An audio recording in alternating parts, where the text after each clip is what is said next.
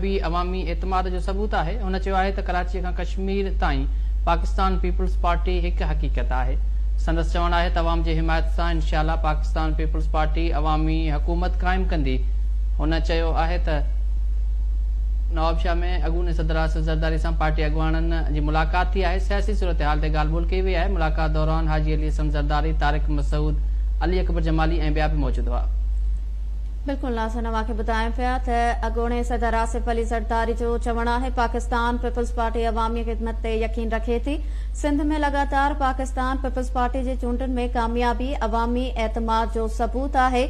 कराची खां कश्मीर ताईं Pakistan peoples party हिकु हकीकत आहे।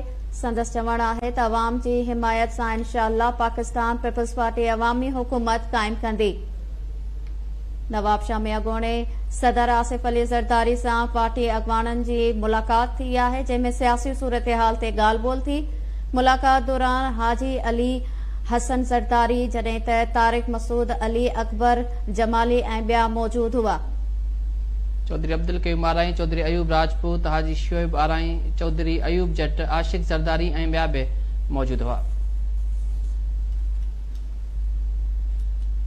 अॻूणे सदर आसिफ ज़रदारी चयो आहे त पाकिस्तान पीपल्स पार्टी अवामी ख़िदमत ते यकीन रखे थी। सिंध में लगातार पाकिस्तान पीपल्स पार्टी जी चूंडुनि में कामयाबी अवामी एतमाद जो सबूत आहे।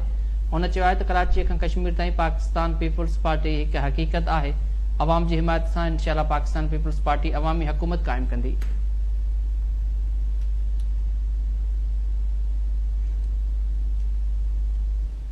अॻूणे सदर आसिफ अली ज़रदारी जो चवणु आहे त पाकिस्तान पीपल्स पार्टी अवामी ख़िदमत ते यकीन रखे थी। संदसि चवणु आहे त सिंध में लगातार पाकिस्तान पीपल्स पार्टी जी चूंडुनि में कामयाबी अवामी एतमाद जो सबूत आहे। कराची खां कश्मीर ताईं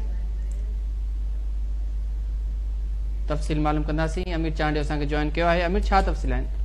जी, अॻूणे सदर पीपी को चेयरमैन आसिफ अली ज़रदारी नवाबशाह ज़रदारी हाउस में पीपी कारकुननि में अॻुवाणनि ऐं आज़ादारनि सां मुलाक़ात कई आहे। उन मौक़े ते आसिफ ज़रदारी चयो त कराची खां कश्मीर ताईं पीपल्स पार्टी ज़िंदा हकीकत आहे। इन चयो पीपल्स पार्टी अवाम जी ख़िदमत ते यकीन रखे थी। सिंध में पीपी जी मुसलसल कामयाबी अवाम जे एतमाद जो मज़र आहे।